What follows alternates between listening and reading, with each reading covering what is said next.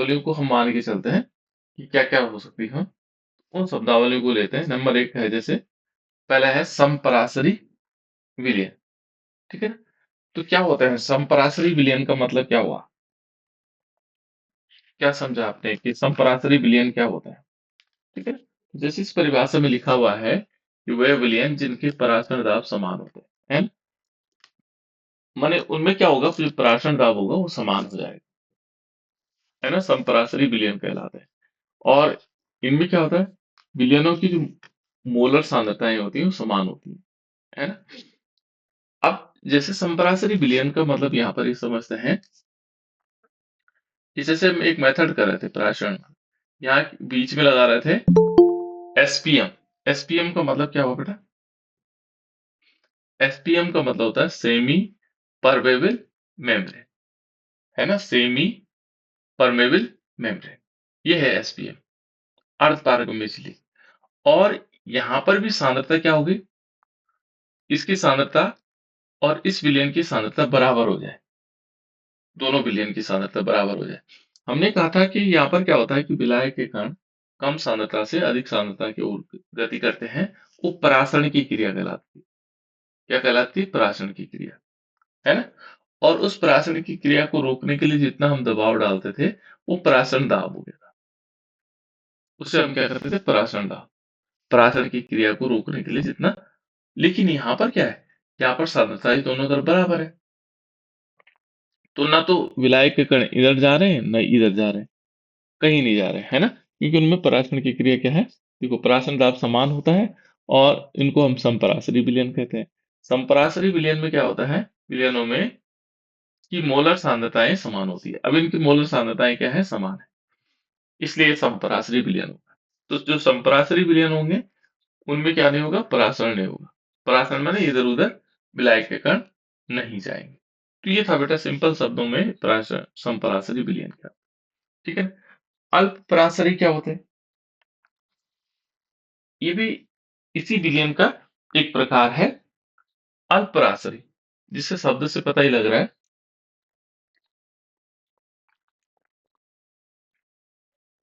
कि यहाँ पर परासरण की क्रिया बहुत कम हो रही, अल्प हो रही, है ना। तो ये कहते हैं, देखो जिस विलयन का परासरण दाब कम होता है ना, जिसका परासरण दाब क्या होगा, कम होगा, वो क्या कहलाएगा, अल्प परासरी। और जिसका परासरण दाब क्या होगा, अधिक होगा, वो अति परासरी होगा। तो दो शब्द हम यहाँ पर कर सकते हैं, जिनमें परासरण दाब कम होगा वो होगा अल्प परासरी, और जिसमें परासरण दाब अधिक होगा वो होगा अति परासरी। दो प्रकार के विलयन होंगे। ठीक है, मैं सिंपल शब्दों में हम इसको समझ सकते हैं, इनको थोड़ी याद रखना आप लोगों ने। अब है प्रतिलोम परासरण, इसको जानते हैं आप लोग, ये आप लोगों ने सुना भी होगा बहुत सारा। ये है बेटा आर ओ। आर ओ जानते हैं आप लोग? पानी को जो साफ करने वाला होता है उसको हम आर ओ बोलते हैं। उसको क्या बोलते हैं, आर ओ बोलते हैं। आर ओ का मतलब हो गया रिवर्स ऑस्मोसिस। ये देखो प्रतिलोम परासरण, है ना, रिवर्स ऑस्मोसिस। ठीक है ना। अब देखो ऑस्मोसिस में क्या होता था बेटा, यहाँ पर यदि ऑस्मोसिस देख रहे थे, परासरण को देख रहे थे, तो परासरण में क्या हो रहा था, क्या हुआ था बेटा, कोई बताएगा? परासरण की क्रिया में क्या होता था, कोई बताएगा बेटा? विलायक के कण कम सांद्रता से अधिक सांद्रता की ओर जाते थे। बिल्कुल, वेरी गुड। देखो बेटा जो विलायक के कण होते थे, मान लीजिए यहाँ सांद्रता कम है, यहाँ सांद्रता कम है, और कम सांद्रता से अधिक सांद्रता की ओर क्या होते थे, विलायक के कण जाते, है ना। यानी कि विलायक कणों की गति क्या होती थी, कम सांद्रता से अधिक सांद्रता की ओर होती, विलायक के कण। ठीक है ना। अब यहाँ पर क्या है, जो हमारे पास प्रतिलोम परासरण है, प्रतिलोम का होता है बेटा विपरीत, विपरीत हो रहा परासरण। यहाँ पर क्या है, विपरीत परासरण हो रहा है। विपरीत परासरण किस प्रकार से होगा, देखो यहाँ पर से क्या होंगे कि जो अधिक सांद्रता वाले पदार्थ हैं, जहां पर अधिक सांद्रता है, तो यहाँ पर इतना प्रेशर लगाया जाता है, इसमें क्या किया जाता है, दाब दिया जाता है ना। ये प्रतिलोम पराशरण में क्या किया जाता है, यहाँ पर दाब दिया जाता है, और जो विलायक के कण हैं वो अधिक सांद्रता से कम सांद्रता की ओर जाते हैं। ये है प्रतिलोम पराशरण। प्रतिलोम पराशरण क्या हुआ कि विलायक के कण अधिक सांद्रता से कम सांद्रता की ओर गति करते हैं, है ना। और उसी पर रिवर्स ऑस्मोसिस, क्योंकि जो खराब पानी होता है बेटा, देखो आरओ किस प्रकार से किस प्रणाली पर काम करता है। जो पानी क्या होता है, गंदा पानी होता है। गंदा पानी का मतलब जिसमें क्या होंगे, जैसे मान लो हम कहें, हम देहरादून की बात करें, तो देहरादून में क्या होता है, यहाँ पर अधिक से अधिक क्या होते हैं, चूना होता है। उस पानी में क्या होता है, चूना होता है। ठीक है। तो जो चूने वाला पानी है, चूने का पानी हो गया, या अन्य गंदगियां होंगी, ठीक है ना, फ्लोराइड आयन ज्यादा मात्रा में होगा, या अन्य चीजें हो सकती है ना। इस जो गंदा पानी है, जिसको हम कह सकते हैं, जिसमें क्या है, मिनरल बहुत अधिक क्या है, गंदगी है, उस पानी को क्या करना है, उस पानी पे प्रेशर देना है। उस पानी पे हम क्या डालेंगे, दाब डालेंगे। जो आरओ काम करता है, उस पानी पर क्या करेंगे, दाब डालेंगे, जिसमें अधिक सांद्रता है, जिसमें चूना है, बहुत सारे तत्व मिले हुए हैं, और उस पर अधिक दबाव देंगे, तो वहां से केवल विलायक के कण क्या होंगे, शुद्ध की तरफ आएंगे, या शुद्ध जल की तरफ जाएंगे, इधर की तरफ आएंगे। तो यहाँ से खराब पानी से विलायक के कण क्या होंगे, कम सांद्रता की ओर जाएंगे, जहाँ कम सांद्रता हो, तो उससे क्या होगा, वो शुद्ध पानी निकल आएगा बाहर, ये बाकी गंदगी यहीं रहेगी। तो ये रिवर्स ऑस्मोसिस हुआ। ठीक है ना। यहाँ पर क्या होगा, रिवर्स ऑस्मोसिस यानी कि प्रतिलोम परासरण में क्या होता है कि यदि विलयन पर पर परासरण दाब दाब से अधिक दाब लगा दिया जाए, जो परासरण दाब है उससे क्या लगा दिया जाए, अधिक दाब लगा दिया जाए, तो परासरण की दिशा बदल जाती है, उसकी जो दिशा होगी वो बदली जा सकती है। अर्थात शुद्ध विलायक अब क्या होगा, अब अर्ध पारगम्य झिल्ली द्वारा विलयन में से मिलियन में परागमन कर रहा है, और क्या होगा, यह प्रक्रिया प्रतिलोम परागण कहलाती है।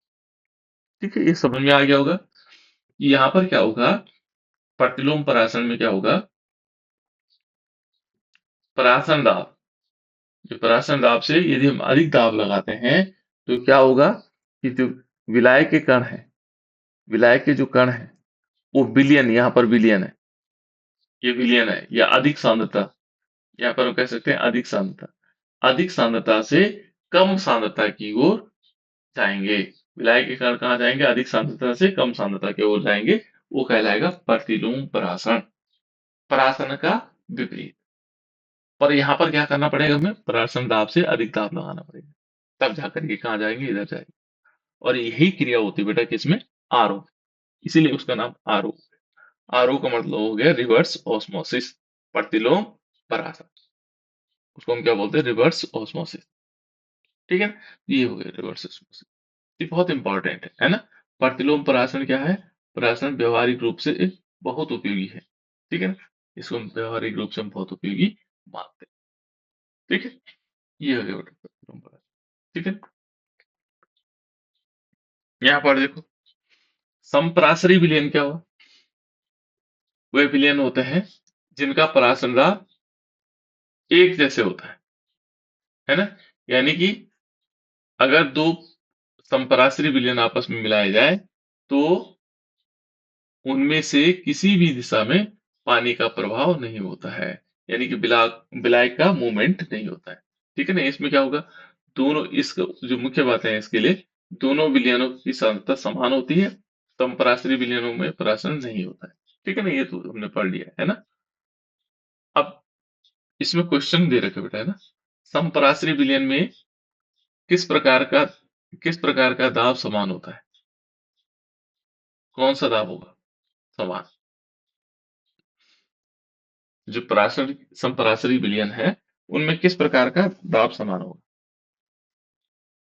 कौन सा दाब समान होगा, वायुमंड परासरण दाब। है, उनमें पराशर दाब समान होगा, है ना। ये देखो, यदि दो संपराश्री विलयन आपस में मिलाए जाए तो क्या होगा? क्या होना चाहिए बेटा?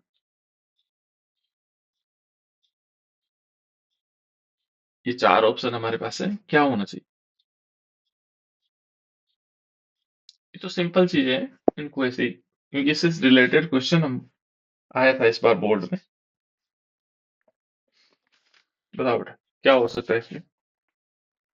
ये तो सिंपल सिंपल टॉपिक है, ज्यादा कोई टफ वाला टॉपिक नहीं। बताओ क्या होता है बेटा? जल प्रवाह नहीं होगा। हाँ बिल्कुल, जल का प्रवाह नहीं होगा, है ना।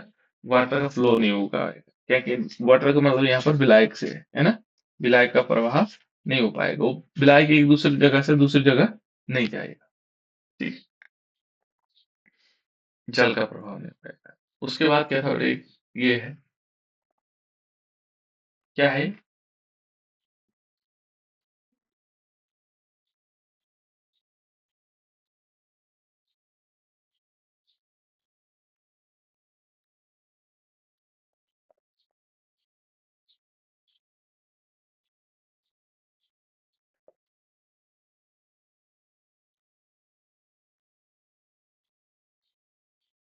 इसमें क्या होगा? संपरासरी विलयनों में क्या समान होता है? मोलर सांद्रता। बिल्कुल, मोलर सांद्रताएं उनकी समान होंगी, है ना। यहाँ पर यदि देखेंगे तो मोलर सांद्रता उनकी समान होगी। संपरासरी विलयन में के उदाहरण कौन सा शामिल किया जा सकता है?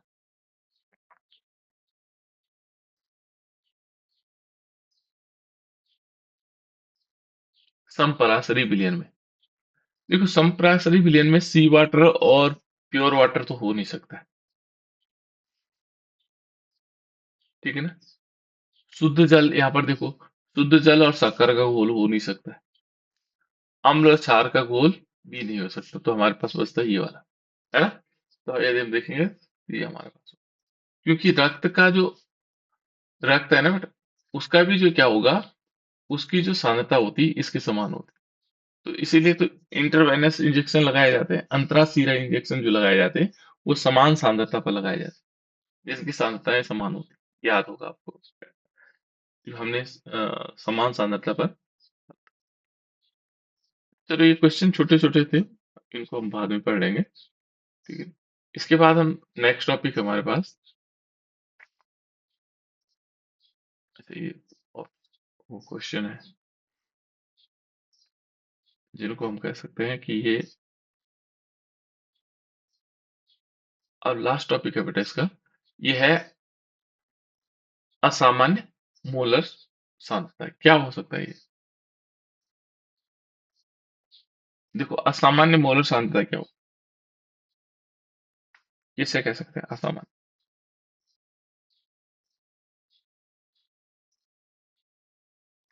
देखो इसकी परिभाषा के अनुसार देखेंगे तो ऐसे मोलर द्रव्यमान, है ना, कैसे? ऐसे मोलर द्रव्यमान जो सामान्य मान की तुलना में कम या अधिक प्राप्त होते हैं।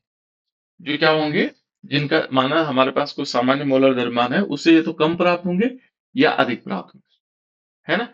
विलय का क्या कहलाएगा? असामान्य मूल्य द्रव्यमान कहलाता है। यानी कि उसका मान ये तो कम होगा, ये ज्यादा होगा, ठीक है ना। तो उसको क्या कहा जाएगा? असामान्य मूल्य द्रव्यमान कहा जाएगा। तो इस असामान्य मूल्य द्रव्यमान हो सकते हैं। तो बहुत सारे अलग अलग पदार्थों के क्या होते हैं बेटा, असामान्य मूल्य द्रव्यमान हो सकते हैं। जैसे कुछ लवणों के मान यदि हम देखेंगे, असामान्य मूल्य द्रव्यमान यदि हम देखते हैं तो यहाँ पर क्या होंगे, जैसे आई का है, NaCl का है। तो NaCl के लिए यदि देखेंगे तो इनके मोलर द्रव्यमान अलग अलग कंडीशंस में अलग अलग हो सकते हैं, ठीक है ना। आई के अलग अलग मान हो सकते हैं। तो जैसे आई का मान यदि हम देखें, ये है 0.01, 0.001, है ना। और तीसरा है 0.0001। ये तीन अलग अलग कंडीशंस पर है ना। ये आई की वैल्यू थी। तो ये है, देखो यहाँ पर यदि देखेंगे तो ये है 1.87, और यहाँ पर जो वैल्यू आती है ये आती है 1.94, और ये जो चौथी वैल्यू है 1.97। तो ये अलग अलग वैल्यू है। तो यहाँ पर क्या ये कहता है कि ऐसे मोलर द्रव्यमान जो सामान्य मान की तुलना में या तो कम होंगे या अधिक प्राप्त होंगे, ठीक है ना? तो उसको हम क्या कहते हैं, विलेय का असामान्य मोलर द्रव्यमान कहलाए।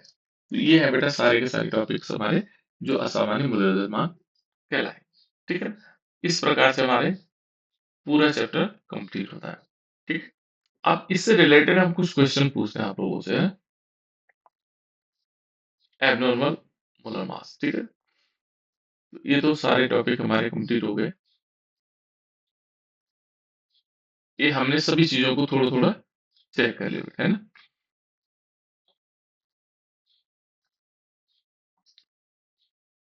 अब इससे रिलेटेड हम कुछ क्वेश्चन वैसे बनाए हुए हमने, और कल से हम शुरू करेंगे नेक्स्ट टॉपिक, है ना।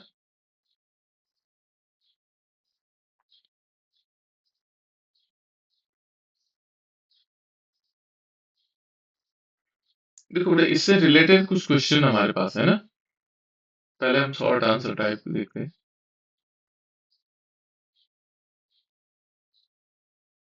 कुछ क्वेश्चन हमने बनाए हुए हैं, है ना। उन क्वेश्चनों को देख लेते हैं।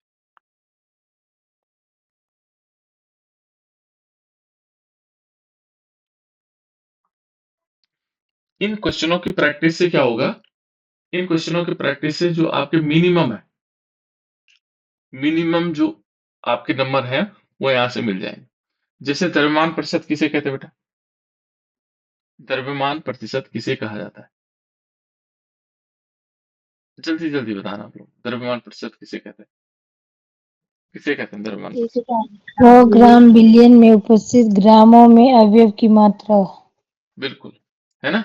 यहाँ पर हम सिंपल कह सकते हैं, देखो हमारे पास ये है कि ये कह रहा है कि किसी बिलियन के 100 ग्राम में उपस्थित विलेय की ग्रामों में मात्रा, 100 ग्राम बिलियन लेना है और उसमें विलेय की ग्रामों में मात्रा, उसे हम क्या कहते हैं, उसे कहा जाता है द्रव्यमान प्रतिशत। उसे क्या कहते हैं बेटा, द्रव्यमान प्रतिशत।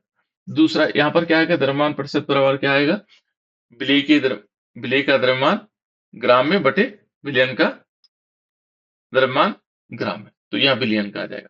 दूसरा एक क्वेश्चन नेक्स्ट है इसमें कि आयतन प्रतिशत क्या हुआ, 100 इकाई आयतन बिलियन में उपस्थित विलेय के इकाई आयतनों की संख्या।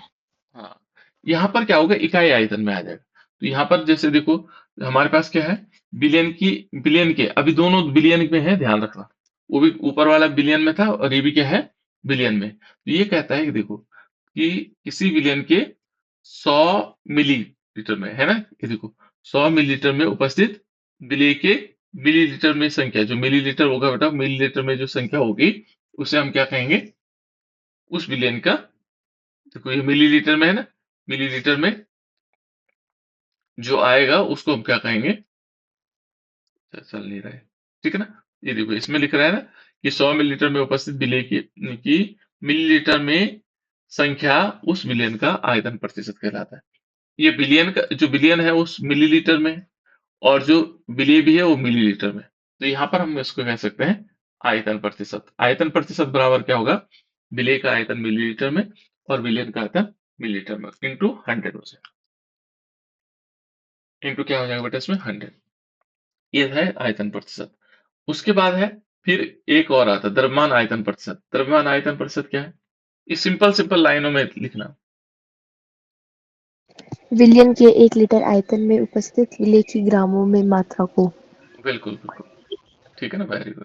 देखो बेटा हमारे पास क्या है, ये वैसे ये इस इन्होंने 100 ml में ही लिया था, है ना। ये 1 लीटर में नहीं लिया बल्कि 100 मिलीलीटर। तो यहाँ पर ये कह रहा है कि किसी विलयन में, ये देखो 100 ml में उपस्थित विलेय की ग्रामों में, 100 ml में देखना है कि कितने ग्राम उपस्थित है। तो यहाँ पर कहलाता है द्रव्यमान आयतन प्रतिशत, है ना।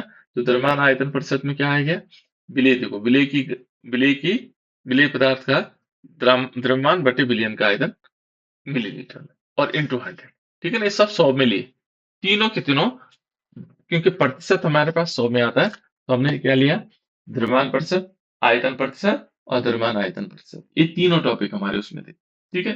पार्ट पर मिलियन क्या था बेटा, पार्ट पर मिलियन किसे कहते हैं, पार्ट पर मिलियन। किसी विलेय पदार्थ के भार भागों की वह संख्याएं हम्म जो किसी विलयन के 1 मिलियन भार भागों में उपस्थित हो। बिल्कुल सिंपल। देखो, हमने क्या करना है, देखो किसी विलेय पदार्थ का भार भाग, कोई विलेय पदार्थ हमारे पास, उसके भार भागों की संख्या देखनी। कितनी संख्या है, भार भागों की संख्या, है ना। और जो क्या है, बिलियन के 10⁶ या 1 मिलियन कह सकते हैं हम इसको, है ना। किसी बिलियन के 1 मिलियन भार भागों में उपस्थित है। 1 मिलियन भार भागों में उपस्थित विलेय के भार भागों की संख्या, या हम इसको ऐसे भी लिख सकते हैं कि विलियन के 1 मिलियन भार भागों में विलेय के भार भागों की संख्या। तो यहाँ पर क्या आएगा, इसमें भी आएगा, इसमें क्या आएगा, इसमें भी हमारे पास वही आता है बेटा फॉर्मूले में। देखो, पार्ट पर मिलियन में क्या है, विलेय पदार्थ का द्रव्यमान। ये गलत हो रखा थोड़ा सा, है ना। यहाँ पर हम कर सकते हैं विलेय विलेय पदार्थ का भार भागों की संख्या बटे विलयन के भार भागों की संख्या गुणा 10⁶ हो सकता है ना। यहाँ पर क्या आएगा, विलेय पदार्थों के भार भागों की संख्या, भार भागों की संख्या, कितने भार भाग है? और यहाँ पर क्या आएगा, यहाँ पर बिलियन के भार भागों की संख्या को हम क्या 10 भार भागों की संख्या, और यहाँ पर 10⁶ 10⁶ के बराबर। तो इस प्रकार से आ जाएगा, है ना। तो ये कहलाएगा पार्ट पर मिलियन, ठीक है ना। इसको हम क्या बोलेंगे, पार्ट पर मिलियन, ठीक है। ये हो गया। उसके बाद मोल प्रभाज क्या है बेटा, मोल प्रभाज। ये सारे टॉपिक हमारे पास सांद्रता को ज्ञात करने के लिए। मोल प्रभाज किसे कहते हैं?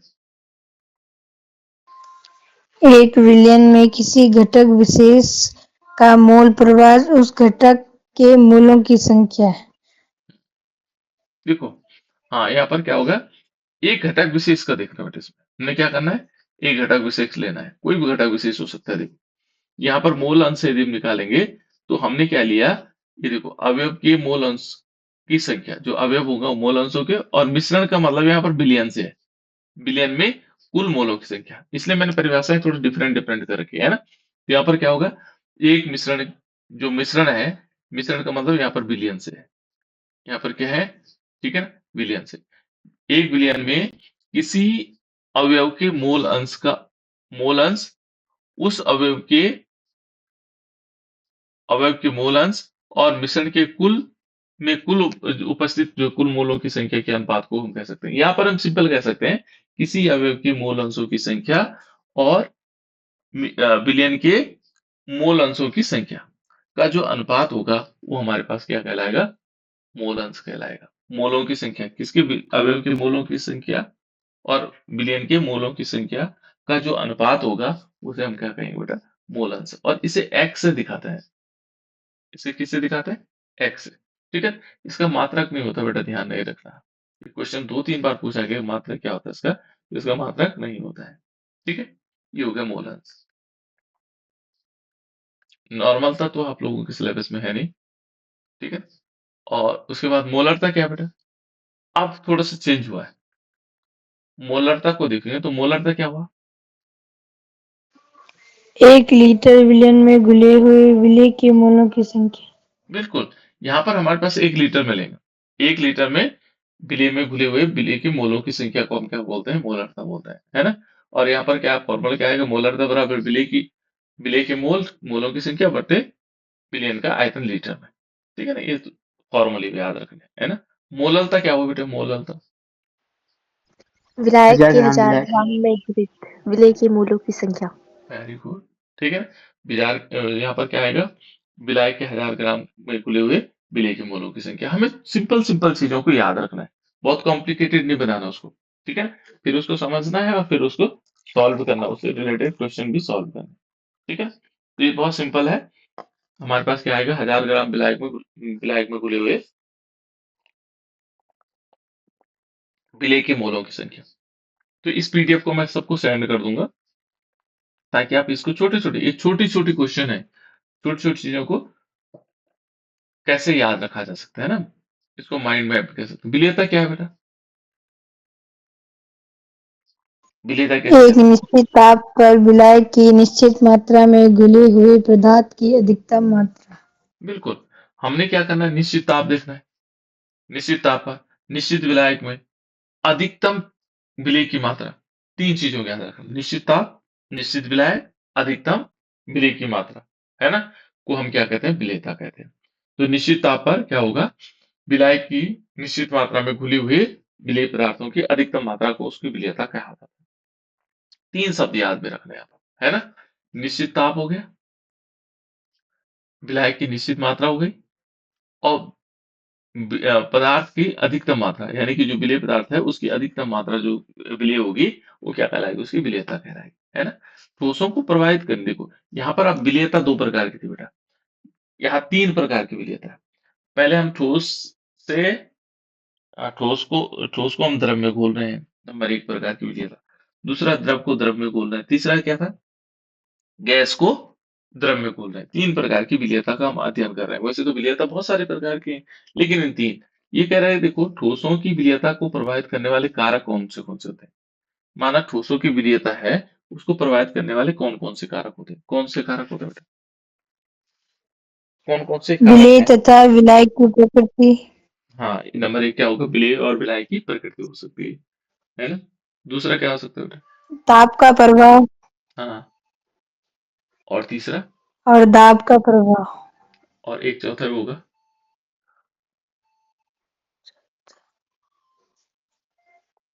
चौथा क्या था बेटा, अन्य भी कुछ मिश्रण हो सकते हैं, उसमें विलयन में कुछ और पदार्थ मिले हुए हैं, है ना। तो यहाँ पर हमने देखो 3 प्रभाव पड़े थे। देखो ताप का विलेयता, ठोस की विलेयता को प्रभावित करने वाले कारक क्या है, विलेय और विलायक की प्रकृति। विलेय और, देखो, विलेय तथा विलायक की प्रकृति हो गई। प्रत्येक ठोस क्या होगा, इसमें क्या माना गया था कि समान समान में घुलता है।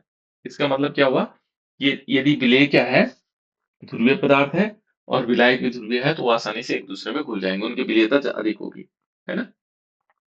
लेकिन अध्रुवीय है, एक अध्रुवीय है, एक ध्रुवीय है, तो उनमें विलेयता कम होगी, है ना। यहाँ पर देखो प्रत्येक ठोस क्या होगा, द्रव में निकलता है। जैसे NaCl है, ये Cl है, ये ध्रुवीय पदार्थ है, ये क्या है, ध्रुवीय पदार्थ है ना। जल में क्या हो जाते हैं, घुलते हैं। जबकि क्या होगा, अध्रुवीय पदार्थ नेपथलीन अध्रुवीय जल बेंजीन में घुल जाता है ना, समान समान में घुलता है। लेकिन कुछ पदार्थों का एग्जाम्पल हमने कहा था, अपवाद है, वो कैसे, जैसे माना हमने कहा था शर्करा हो गया, ग्लूकोज हो गया, स्टार्च हो गया, अल्कोहल हो गया, ये जल में घुल जाते हैं। जबकि ये दोनों ये सब के सब क्या है, अध्रुवीय पदार्थ है। इसका कारण है, इनमें क्या होता है, हाइड्रोजन बॉन्डिंग बनती है इन सब में, जैसे शर्करा में, इन सब के साथ, ये सारे के सारे याद रखते हैं आप, है ना। ताप का क्या प्रभाव होगा, सामान्यतः क्या माना गया था कि ताप का प्रभाव ये होता था कि ताप बढ़ने पर विलेयता बढ़ती है ना। लेकिन यहाँ पर 2 प्रकार की अभिक्रियाएं पड़ी थी, ऊष्माशोषी और ऊष्माक्षेपी अभिक्रिया, है ना। यदि ऊष्माक्षेपी अभिक्रिया है, ऊष्मा निकल रही है, तो तब क्या होगा, ताप बढ़ाने पर विलेयता घटेगी, है ना। और यदि ऊष्मा शोषी है तो ताप बढ़ाने पर विलेयता बढ़ेगी। ये हमने पढ़ा था, है ना। ये कुछ क्वेश्चन पार्ट पढ़े थे। उसके दाब का प्रभाव क्या था बेटा, इसमें दाब का कोई ज्यादा प्रभाव नहीं पड़ता था, क्योंकि ठोस क्या होता है, असंपीड्य होते हैं, तो कोई सार्थक प्रभाव नहीं पड़ता इसमें, है ना। इंग्लिश में भी बनेगा। उसके बाद गैसों की विलेयता को प्रभावित करने वाले कारक, गैसों की विलेयता को प्रभावित करने वाले कौन कौन से कारक होते हैं बेटा? गैस की प्रकृति, हाँ, विलायक की प्रकृति, हाँ, ताप का प्रभाव और दाब का प्रभाव। बिल्कुल, ये हो सकता है ना। एक तो गैस की प्रकृति होगी, विलायक की प्रकृति हो गई, और दूसरा हमारे पास ताप का प्रभाव। यहाँ पर यदि सिंपल थोड़ा याद करें हम, तो क्या था, जैसे मानो विलायक की प्रकृति क्या थी, विलायक के 3 प्रकृति, जैसे ये गैस की प्रकृति, यदि गैस ने क्या किया, जैसे माना हमारे पास अमोनिया है, HCl है, HBr है, यदि ये क्रियाएं जल से क्रिया करेंगे, देखो ये, सॉरी, ये जो हमारे पास क्या है, गैसें हैं, ये जल से क्रिया करती हैं तो घुलनशीलता अधिक होगी, उनकी विलेयता अधिक होगी। यदि उन्होंने क्या किया, विलायक से अभिक्रिया की, तो क्या होंगे, अधिक घुलनशील होंगे, है ना। जो गैसें क्या होती हैं, विलायक से क्रिया करके योगिक बनाते हैं, उनकी, या विलायक से आयनीकृत होती हैं, वो क्या होती हैं, विलायक में अधिक घुलनशील होती है, तो उनकी विलेयता अधिक होगी यदि क्रिया करते हैं। दूसरा क्या मान लिया, और जो क्रिया नहीं करेंगे, है ना, जो गैसें विलायक से क्रिया नहीं करेंगे, वो कम घुलनशील होती हैं, यानी कि उनकी विलेयता कम होगी, जैसे हाइड्रोजन, ऑक्सीजन, नाइट्रोजन, है ना। और जिन गैसों का अवशोषण गुणांक अधिक होता है, वो अधिक विलेय होती हैं, ठीक है ना। इसमें से कुछ और थी, जैसे माना हीलियम है, हीलियम का अवशोषण गुणांक था इतना, यानी कि 0 डिग्री पर 1 वायुमंडलीय दाब पर, तो हीलियम क्या होगा, जल में क्या होगा, संतृप्त विलयन बना पाएगी, कितना 1 ml में, है ना। यहाँ पर हमने हीलियम को कहा था कि इसकी विलेयता, जैसे इनकी विलेयता तो कम होती है, लेकिन ये इनके ताप, अधिक ताप पर देखो, ये अधिक ताप पर अधिक घुल जाती है। अमोनिया देखो, अमोनिया, इसका अवशोषण गुणांक कितना है, ठीक है ना, वायुमंडलीय दाब पर ये अधिक संतृप्त होंगे। तो ये क्रियाएं जो करेंगी वो क्या होंगी, ज्यादा घुलनशील होंगी, जो क्रियाएं नहीं करेंगे वो क्या होंगे, कम घुलनशील होंगे। उसके बाद है बेटा विलायक की प्रकृति, ठीक है। कैसे, जैसे कह रहा है कि ध्रुवीय गैसें जो है ध्रुवीय विलायकों में अधिक घुलनशील होंगी, है ना, अध्रुवीय विलायकों में कम घुलनशील होंगी। जैसे HCl है, NH3 है, ये गैसें क्या होती हैं, ध्रुवीय गैसें हैं, और ये H2O में क्या होंगे, अधिक घुलनशील होंगे, ठीक है। यहाँ पर एक और एग्जाम्पल भी था, जो आयनीकृत होती है, माना कोई गैसें आयन बना देती है ना विलायक में, तो वो भी ज्यादा घुलनशील हो सकती है ना। ताप का क्या प्रभाव होगा, ताप का क्या प्रभाव होगा, यहाँ पर सामान्यतः क्या माना जाता है बेटा, कि जो ताप बढ़ाने पर विलेयता घटती है गैसों में, जबकि द्रवों ठोसों में क्या हो रही थी, विलेयता बढ़ रही थी। यहाँ क्या हो रहा है, ताप बढ़ाएंगे तो विलेयता क्या होगी, घटेगी, है ना। अधिकांश गैसें क्या होंगी, उनके विलयन को उबालने पर पूर्णतः क्या हो जाती है, लगभग पूर्णतः मुक्त हो जाती है, यानी कि वो क्या हो जाती है, ऑक्सीजन, माना कोई गैस घुली हुई है, वो क्या हो जाएंगे, उससे निकल जाएंगे, यानी कि उनकी विलेयता घटनी है। लेकिन कुछ गैसें हैं बेटा, ये ध्यान रखना, जैसे यहाँ पर हीलियम है ना, हीलियम गैस है, कुछ गैसें, इसमें हाइड्रोजन, हाइड्रोजन हो रखा है, लेकिन हीलियम है ना, जिन्हें घुलने पर क्या होगा, अवशोषण गुणांक ज्यादा होता है। तो हीलियम गैस ऐसी गैस है कि जिसमें क्या होगा, यदि हम ताप बढ़ाएंगे तो इनकी विलेयता बढ़ेगी। और दूसरी गैस कौन सी थी बेटा, एक गैस और थी, मुझे ध्यान नहीं आ रहा उसका, कौन सी गैस थी जो कुछ ज्यादा घुल जाती थी, ज्यादा मात्रा में घुलती थी, दो गैसें बताई थी ना, कि दो गैसें ऐसी हैं, एक हीलियम है और दूसरी कौन सी गैस थी जो अधिक मात्रा में, हाइड्रोजन। हाँ, हाइड्रोजन, हाइड्रोजन। हाइड्रोजन थी, हाइड्रोजन ही है वो भी, हाइड्रोजन और हीलियम थी, ये कंफ्यूजन क्यों हो रहा, यस सर, हाइड्रोजन और हीलियम। हाइड्रोजन और हीलियम थी, चलो ठीक है, हाइड्रोजन और हीलियम गैसें दो गैसें थी जो अधिक मात्रा में क्या होगी, यदि ताप बढ़ाने पर अधिक मात्रा में घुल जाती है ना। देखो बेटा उसके बाद है, देखो ये कहता है विलायक अन्य पदार्थों की उपस्थिति, इससे भी क्या होगा, विलेयता घट जाती है ना, इस द्रव की गैसों की विलेयता घट जाती है। दाब का क्या प्रभाव था बेटा, दाब का प्रभाव के लिए हमने पूरा का पूरा कौन से नियम बताया था, दाब के प्रभाव के लिए हमने हेनरी का नियम बताया था पूरा, है ना। हेनरी ने क्या कहा था, हेनरी ने इसका, देखो निश्चित ताप, देखो निश्चित ताप पर क्या होगा, दाब बढ़ाने से गैसों की विलीयता बढ़ती है, जितना दाब बढ़ाएंगे उतने ज्यादा क्या होगा, गैसों की विलीयता बढ़ती है ना। और इसके लिए फिर क्या हुआ, हेनरी का नियम है। हेनरी के नियम हमने दो पार्ट में पढ़े, है ना। हेनरी का नियम क्या था बेटा, देखो अब यहाँ पर हमने छोटे से क्वेश्चन इसको बनाया कि हेनरी का नियम क्या है। तो हेनरी, इस नियम के अनुसार क्या हुआ, स्थिर ताप पर देखो किसी गैस की विलीयता गैस के दाब के समानुपाती होगी। स्थिर ताप पर क्या होगा, किसी गैस की जो विलेयता होगी वो गैस के दाब के समानुपाती होगा, यानी कि M is directly proportional to P। M क्या है, खुली हुई गैस है की मात्रा है ना, और P क्या है, इसमें साम्यावस्था पर गैस का दाब, जितना दाब बढ़ाओगे उतना क्या होगा, ये बढ़ेगा। और देखो K यहाँ पर क्या है, समानुपाती स्थिरांक होगा, ठीक है ना। अब यहाँ पर उन्होंने एक चीज और की, कि यदि विलेयता को विलयन के गैस के मोल अंश के रूप में व्यक्त किया जाए, तो हेनरी के अनुसार क्या होगा, किसी गैस का वाष्प दाब, वाष्प अवस्था में आंशिक दाब उस विलयन में गैस के मोल अंश के समानुपाती होता है, यानी कि हमारे पास क्या होगा, P is directly proportional to X gas होगा, है ना। और X गैस का मतलब यहाँ पर क्या होगा, यदि हम P को कॉमन ले लेंगे तो यहाँ पर क्या आएगा, KH इंटू गैस हो जाएगा, ठीक है ना। इस प्रकार से हम निकाल सकते हैं। तो ये इस टाइप से हो सकता है। तो यहाँ पर अब मोल अंश के रूप में के एच इंटू एक्स, एक्स हो गया, के एच तो ये हो गया, और एक्स गैस होगा, एक्स क्या है, मोल अंश है ना। इसकी सीमाएं क्या थी, हेनरी के नियम की सीमाएं क्या थी, कुछ याद है आप लोगों को, हेनरी के नियम की, सर इसका उपयोग कम दाब पर वास्तविक गैसों के लिए किया जाता है। बिल्कुल। पहला यदि देखेंगे तो यह नियम केवल आदर्श गैसों के लिए मान्य है। पहला पॉइंट ये रखना है बेटा याद, है ना? तुमने सही बताया। लेकिन पहला पॉइंट ये रखेंगे यार, यह नियम केवल आदर्श गैसों के लिए मान्य है। लेकिन इसका उपयोग हम क्या करते हैं? देखो, इसका उपयोग कम दाब पर, कम दाब पर इसका उपयोग क्या कर सकते हैं? कम दाब पर। वैसे तो आदर्श गैसों के लिए मान्य है, लेकिन इसका उपयोग कम दाब पर वास्तविक गैसों के लिए भी किया जा सकता है। और क्यों ऐसा होता है? ये कह रहा है क्योंकि कम दाब पर वास्तविक गैसें आदर्श गैसों की भांति व्यवहार करती है। मेन ये आदर्श गैसों के लिए मान्य है ना? ये आदर्श गैसों के लिए मान्य है, लेकिन यदि दाब कम हुआ तो वास्तविक गैसों के लिए भी किया जा सकता है, क्योंकि कम दाब पर वास्तविक गैसें आदर्श गैसों की भांति व्यवहार करती है। ठीक है ना? पहला ये था। दूसरा क्या था बेटा? इसकी जो सीमा थी। यह नियम केवल उन गैसों पर लागू होता है जो विलायक से रासायनिक अभिक्रिया नहीं करती। बिल्कुल, वेरी गुड, है ना? माने केवल ये नियम किस पर लागू होता है? ये नियम केवल उन गैसों पर लागू होता है जो विलायक से रासायनिक अभिक्रिया नहीं करती हैं। जो विलायक से रासायनिक अभिक्रिया नहीं करेंगे, उनके लिए लागू होगा, है ना? और जो गैसें क्या होंगे? विलयन विलयन में रासायनिक अभिक्रिया प्रदर्शित करती हैं, उन गैसों पर यह नियम लागू नहीं किया जा सकता है ना? जैसे अमोनिया। अमोनिया होता है बेटा NH3, और प्लस इसने H2O से रिएक्शन की, अमोनियम हाइड्रोक्साइड बना दिया।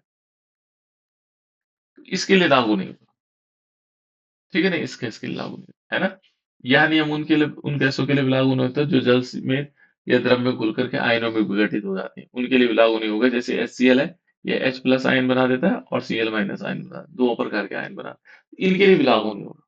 तो तीन चीजें, ये केवल आदर्श गैस के लिए होगा, और जो विलायक से अभिक्रिया करती है उनके लिए लागू नहीं होता है, और साथ में आयनीकृत होता है उनके लिए लागू नहीं। हेनरी के अनुप्रयोग क्या है बेटा? जो इसका अनुप्रयोग है, क्या अनुप्रयोग हो सकता है? हेनरी के नियम का अनुप्रयोग क्या है? जो हेनरी का नियम है, उसका क्या अनुप्रयोग था? हेनरी के नियम का अनुप्रयोग तो बता सकता है? ये तो सबसे ज्यादा इंपॉर्टेंट है बेटा, सबसे ज्यादा सोडा। अनुप्रयोग। हाँ बिल्कुल, सोडा वाटर के लिए, है ना? इसका हम सोडा वाटर के में कार्बन डाइऑक्साइड को घोलने के लिए।